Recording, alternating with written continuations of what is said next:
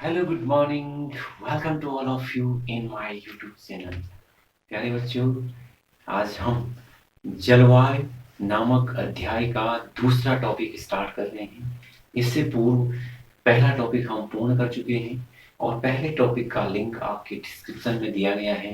आप जरूर जाकर के वहाँ पे देखिए। पहले टॉपिक में हमने मौसम और जलवायु की अंतर को समझा था, जो आपके सिलेबस में मुख्य रूप से 2 या 3 नंबर का एक प्रश्न बनता है और आप जरूर इस क्वेश्चन को डील करेंगे, इस क्वेश्चन को हल करेंगे। यदि आप उस लिंक पर जाकर के उस वीडियो को देखते हैं तो 2 नंबर या 3 नंबर का जो क्वेश्चन आएगा वो आपकी अंकों को और बढ़ाने में मदद करेगा। तो प्यारे बच्चों, आज हम दूसरा जो टॉपिक है वो पढ़ने जा रहे हैं, वो है जलवायु को प्रभावित करने वाले प्रमुख कारक। अर्थात पृथ्वी पर वो कौन सी प्राकृतिक घटनाएं हैं जिनसे किसी क्षेत्र विशेष की जलवायु प्रभावित होती है। तो आइए हम उन्हीं कुछ बिंदुओं पर चर्चा करते हैं जो आपकी कक्षा 9 की किताब में समकालीन भारत की उसमें डिस्क्राइब किए गए हैं, वर्णन किए गए हैं। उन बिंदुओं पर हम चर्चा करते हैं। तो ये 4 बिंदु मैंने लिखे हैं। पहला जो कारक है हमारा, अक्षांशीय विस्तार के आधार पर जलवायु भी अलग अलग पाई जाती है। आपको पता होगा ये हमारा ग्लोब है और ग्लोब पर हमने काल्पनिक रेखाओं को खींचा है। अक्षांशीय काल्पनिक रेखाएं और देशांतरीय काल्पनिक रेखाएं। और हम यहाँ पर बात कर रहे हैं अक्षांशीय रेखाओं की। तो आप सबको पता है, आपने अपनी पिछली कक्षाओं में पढ़ा था कि हमारे ग्लोब पर कुल 180 अक्षांश रेखाएं खींची गई हैं, जो 0 डिग्री से 90 डिग्री उत्तर की तरफ और 0 डिग्री से 90 डिग्री दक्षिण की तरफ, यानी दक्षिणी गोलार्ध की तरफ और उत्तरी गोलार्ध की तरफ 90 और 90 अक्षांशीय रेखाएं खींची गई। अब इन अक्षांश रेखाओं को यदि हम गौर से देखें तो 0 डिग्री से और उत्तर गोलार्ध में यदि हम जाएंगे तो 23.5 डिग्री पर हमारा कर्क अक्षांश रेखीय विस्तार है, कर्क रेखा का विस्तार है। 23.5 डिग्री पर कर्क रेखा हमारी खींची गई है, जबकि दक्षिणी गोलार्ध में 23.5 डिग्री पर हमारी मकर रेखा खींची गई है। ये वह वृत्त है जहां तक सूर्य का प्रकाश सीधी किरणों में पहुंच पाता है। ये आप देख रहे होंगे, सूर्य, आपको पता है, सूर्य 6 महीने दक्षिणी गोलार्ध में और 6 महीने उत्तरी गोलार्ध में रहता है पृथ्वी की। और इन्हीं दोनों बिंदुओं के बीच दक्षिणी गोलार्ध में 23.5 डिग्री और उत्तरी गोलार्ध में भी 23.5 डिग्री, यानी कर्क रेखा और मकर रेखा के बीच का जो क्षेत्र है, वहीं पर सूर्य का प्रकाश सीधा पड़ता है। इस सीधा प्रकाश पड़ने के कारण सूर्य से प्राप्त होने वाली जो ऊर्जा है वह भी अधिक होती है। और जब सूर्य से प्राप्त होने वाली किरणें या ऊर्जा अधिक प्राप्त होगी तो उससे मिलने वाला तापमान भी अधिक होगा। एक सिंपल उदाहरण हम आपको देते हैं। यदि आप किसी चूल्हे के ठीक सामने बैठे हुए हैं तो ठीक चूल्हे के ठीक सामने हमें अधिक गर्मी लगेगी, क्योंकि वहां सूर्य चूल्हे की जो लो है उसकी जो ऊष्मा है वो डायरेक्ट हम तक पहुंच पा रही है। जो रेखीय विस्तार है वो सीधा है। ठीक इसी प्रकार यहाँ भी सूर्य इन दोनों वृत्तों तक, कर्क वृत्त और मकर वृत्त तक, दोनों क्षेत्रों के बीच सीधी रेखा में अपनी रोशनी को देता है, इसलिए यहाँ अधिक तापमान पाया जाता है। तो ये वाला क्षेत्र हमारा अधिक तापमान प्राप्त करने के कारण उष्ण कटिबंध वाला क्षेत्र कहलाता है। और इस उष्ण कटिबंध के क्षेत्र में जो हमारी जलवायु पाई जाती है वह गर्म जलवायु या उष्ण जलवायु पाई जाती है। इसी प्रकार यदि हम धीरे धीरे अक्षांशों की बढ़ने से उच्च अक्षांशों पर यदि हम बढ़कर आगे चलें और इसी प्रकार दक्षिणी गोलार्ध में भी हम उच्च अक्षांशों पर आगे बढ़े, तो उच्च अक्षांशों पर जैसे आगे बढ़ते हैं तो वैसे वैसे सूर्य की जो हमारी रोशनी है, किरणें हैं, उनकी लंबाई में वृद्धि हो जाती है और वह किरणें तिरछी भी पड़नी शुरू हो जाती है। और तिरछी किरणें हमेशा कम ऊर्जा, कम ऊष्मा को प्रदान करता है। जैसे कि आप उसी चूल्हे में जहां पर आप सीधी जगह बैठे हुए थे, उसको उस चूल्हे के आसपास इर्द गिर्द अगर आप हट जाएंगे, ये जैसे चूल्हा है, आप इसके आसपास सीधी जगह बैठे हैं तो यहाँ पे ज्यादा गर्मी पड़ेगी, और जब आप तिरछे में बैठे हुए हैं तो स्वाभाविक रूप से कम गर्मी पड़ेगी, क्योंकि यहाँ पर हमारी जो ऊष्मा है वो तिरछी होकर के अपनी डिस्टेंस को, अपनी लंबाई, अपनी लेंथ को बढ़ा रही है, इसलिए इसमें ऊष्मा कम मात्रा में प्राप्त होगी। तो इसीलिए जैसे जैसे हम उच्च अक्षांशों की तरफ बढ़ते हैं वैसे वैसे हमारे तापमान में गिरावट आ जाती है, और तापमान में गिरावट के कारण यहाँ लगभग वर्ष भर ठंडा मौसम पाया जाता है, इसलिए यहाँ पर शीत जलवायु पाई जाती है।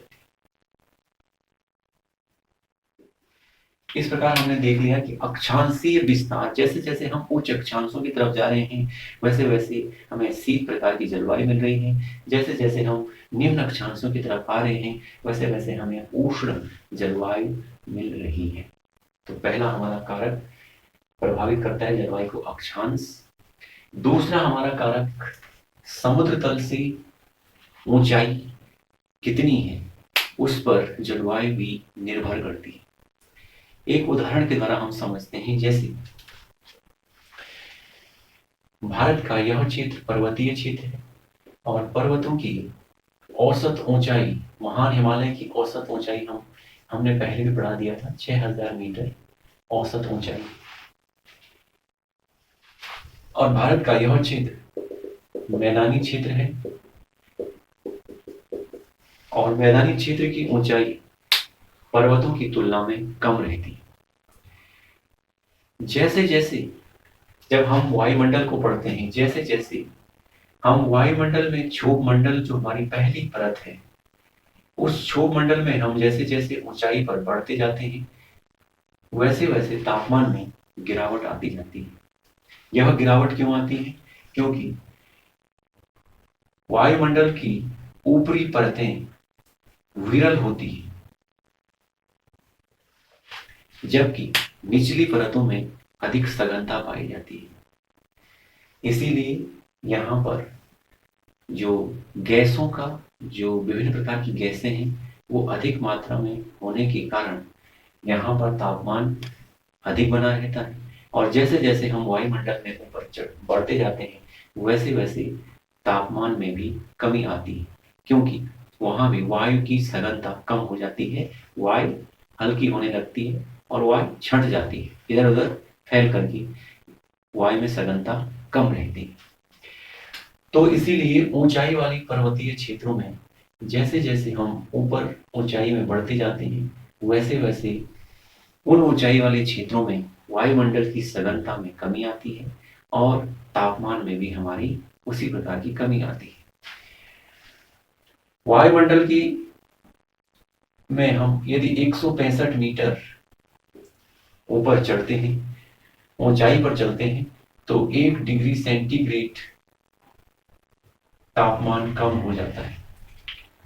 तो ऐसे जिस प्रकार हम धीरे धीरे पर्वतों पर आगे ऊपर चढ़ते रहेंगे तो इसी 165 मीटर की दर से ये तापमान भी 1 डिग्री सेल्सियस कम होता जाएगा और हमें ऊंचाई वाले स्थानों पर अत्यधिक कम तापमान मिलेगा। इसीलिए आपने देखा होगा पर्वतीय क्षेत्र जो अधिक ऊंचाई वाले होते हैं उनमें तापमान बहुत कम रहता है और यहाँ कम तापमान के कारण हमेशा बर्फ जमी रहती है। इसलिए यहाँ की जलवायु शीत प्रकार की जलवायु है, ठंडी जलवायु है। जबकि मैदानी क्षेत्रों में अधिक सघनता गैसों की मिलती है और वायुमंडल की सभी परतों का भार भी इसी मैदानी क्षेत्र में अंतिम रूप से पड़ता है।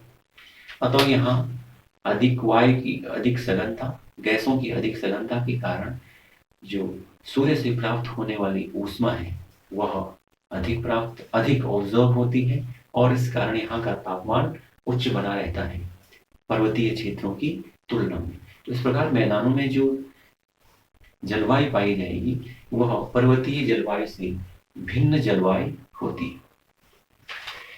तीसरा हमारा समुद्र से स्थल की दूरी कितनी है, इसके आधार पर भी जलवायु में भिन्नता पाई जाती है। अर्थात कोई देश यदि चारों तरफ से समुद्र से घिरा हुआ है वहां की जलवायु अलग होगी, और कोई देश जहां समुद्र नहीं मिलता है या वह समुद्र से घिरा हुआ नहीं है तो वहां की जलवायु में निश्चित रूप से कुछ अंतर अवश्य होगा।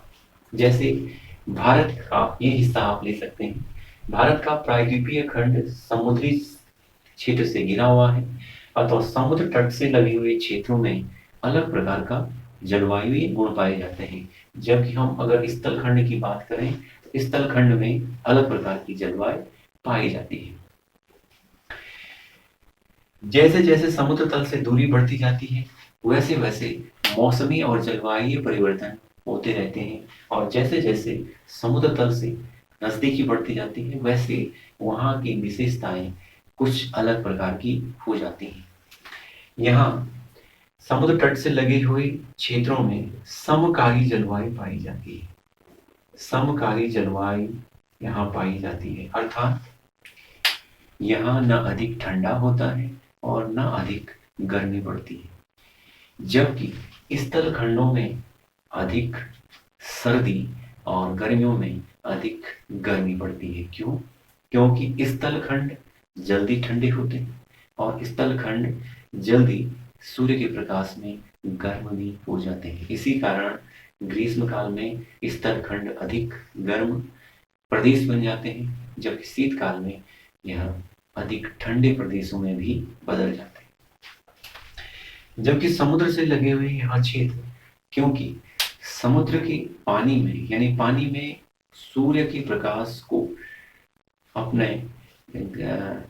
पास रिलीज करने के, जब सूर्य का प्रकाश से समुद्र की सतह गर्म हो जाती है तो समुद्र की सतह उस पानी में जो निहित ऊष्मा है उसको जल्दी रिलीज नहीं करता है, बल्कि उसको धीरे धीरे रिलीज करता है, धीरे धीरे छोड़ता है। जबकि स्थल खंड जो ऊष्मा उसने ऑब्जर्व कर रखी होती है वह तुरंत उसको रिलीज कर देता है, इसलिए वह क्षेत्र अधिक ठंडा हो जाता है।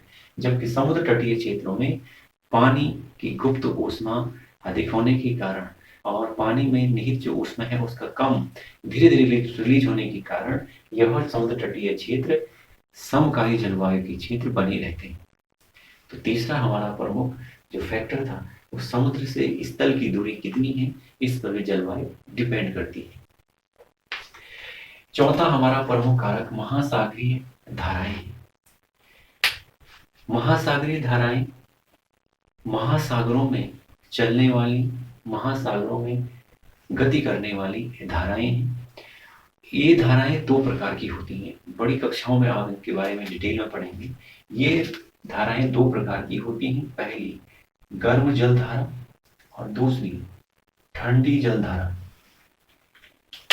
दो प्रकार की समुद्री जल धाराएं होती हैं, आप इस विश्व के मैप में देख सकते हैं।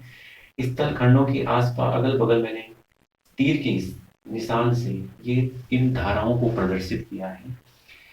गर्म जल धाराओं का उद्गम उन क्षेत्रों से होता है जहां उष्णकटिबंधीय जलवायु है। मैंने यहाँ कहा था उष्णकटिबंधीय जलवायु कर्क रेखा और किस क्षेत्र के बीच में, तो यहाँ पर भूमध्य रेखा के आसपास का जो क्षेत्र है वहां तापमान अधिक होने के कारण वहां से जो जल ध्रुवों की तरफ आगे बढ़ता है वह जल अपने आप में तुलनात्मक रूप से गर्म रहता है, जबकि ध्रुवों से आगे बढ़ते हुए पुनः भूमध्य रेखा की तरफ जाने वाली जल धारा, क्योंकि ध्रुवों में हमने कहा ध्रुवों में यहाँ पर शीत जलवायु है क्योंकि हमेशा वर्ष भर ठंडा रहता है, तो यहाँ से निकलने वाली जो जलधारा है वो ठंडी जलधारा होती है। अब ये जलवायु को कैसे प्रभावित करती है? जहां जहां जिस क्षेत्र में गर्म जलधारा प्रवेश करती है वहां वहां उस समुद्र तटीय क्षेत्र का मौसम गर्म हो जाता है, जबकि जहां जहां ये ठंडी जलधाराएं प्रवेश करती हैं उसके आसपास के तटीय क्षेत्रों में की जलवायु में ठंडी जलवायु का समावेश हो जाता है। तो इस प्रकार हमने देख लिया कि ठंडी जलधारा और गर्म जलधारा भी किसी क्षेत्र की जलवायु पर लगातार प्रभाव डालती रहती है, क्योंकि ये जलधाराएं भी वर्ष भर एक निश्चित क्रमानुसार निश्चित अंतराल पर चलती रहती हैं। इसीलिए यह उस क्षेत्र की जिस क्षेत्र से ये बहती है उस क्षेत्र से की जलवायु को भी प्रभावित करती है। तो ये 4 मुख्य फैक्टर यदि आप समझ गए हैं तो आप जरूर ही, यदि आपको क्वेश्चंस आता है भारत के संदर्भ में या विश्व के संदर्भ में कि जलवायु को प्रभावित करने वाले कारक कौन कौन से हैं, तो निश्चित रूप से आप इस क्वेश्चन को आसानी से सॉल्व कर सकते हैं। और यदि आप इस प्रकार से चित्र बना करके फिगर से समझा करके भी यदि आप इस प्रकार से परीक्षा में लिख कर आते हैं तो निश्चित रूप से आपको 100% फुल मार्क्स मिलने की पूरी संभावना रहती है। तो आज के लिए ये जो टॉपिक है वो पूर्ण होता है। फिर इसके बाद हम पवन तंत्र और वायुदाब से संबंधित जो आगे आपके टॉपिक हैं उस पर वीडियो बनाएंगे। इस टॉपिक में आपने क्या समझा, किस प्रकार से समझा, जरूर आप कमेंट बॉक्स में लिखेंगे और साथ ही साथ सब्सक्राइब वाले बटन को दबाकर मुझे मोटिवेट अवश्य करेंगे ताकि मैं आपको और बेहतर से बेहतर कंटेंट अगले चरण में दे सकूं। तब तक के लिए thank you and bye bye.